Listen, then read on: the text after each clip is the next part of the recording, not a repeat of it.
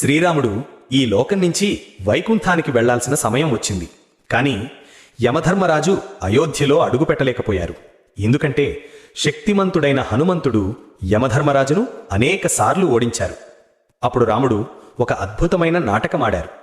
తన ఉంగరం ప్యాలెస్ నేలపై ఉన్న చిన్న రంధ్రంలో పడిపోయిందని చెప్పారు. హనుమా, నువ్వు తప్పకుండా దాన్ని వెతికి తీసుకురావాలి అని ఆజ్ఞాపించారు. వెంటనే హనుమంతుడు సూక్ష్మ రూపంలో ఆ రంధ్రంలోకి వెళ్లారు. అది రంధ్రం కాదు, నేరుగా నాగలోకానికి దారి. అక్కడ వాసుకి నాగరాజు ఉంగరాల కొండను చూపించాడు.